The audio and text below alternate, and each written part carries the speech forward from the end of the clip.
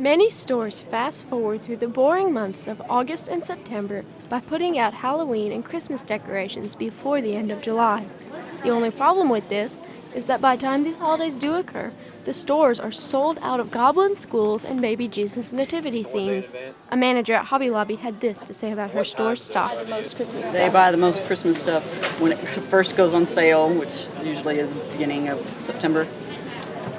They buy more of it when it goes more of a discount.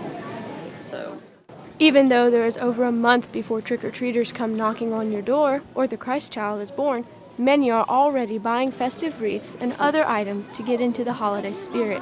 Shoppers can also find Christmas ornaments for every hobby, fashion, or other tacky taste. Remember, there's only 34 days until Halloween and 89 days until Christmas, so get in here and buy something before it gets sold out. I'm Helen Burkett reporting for News. Many recognize these boarded-up buildings as the former fraternity houses of Sigma Nu and Phi Sigma Kappa.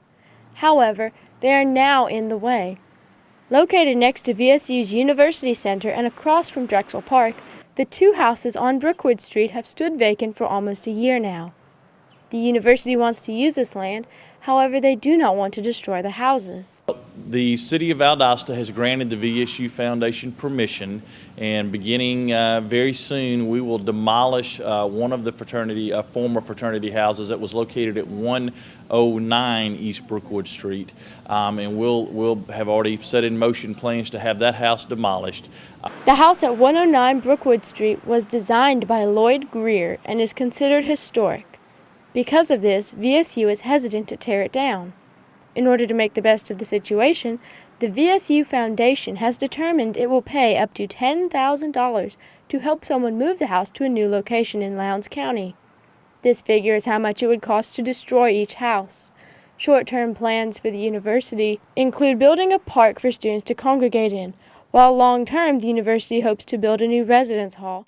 I have pledged to neither tolerate violence nor condone it with my silence.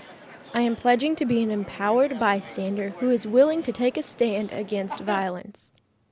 These words are part of the pledge men take when they sign a purple handprint as part of the 2011 Handprint Project. Sponsored by the Women and Gender Studies program, this project is aimed to promote awareness about domestic violence in all of its forms: physical, verbal, sexual, and emotional. Just statistically, it is women are more often the victims. Also, statistically, a high number of people do not report it. So that's one of the things we want to change, is that people can talk about it. So, because if you don't talk about it, you can't change what happens. 32% of college students have reported violence while on a date. I would encourage other men to take responsibility to not commit domestic violence and to speak out against it and to do their part. After participants sign their handprint, they receive a purple ribbon and a packet of information on what domestic violence is and how they can become an active part in the dialogue to stop it. If you or someone you know has suffered from domestic violence, there are many places you can call to get help. I'm Helen Burkett reporting for News Valdosta.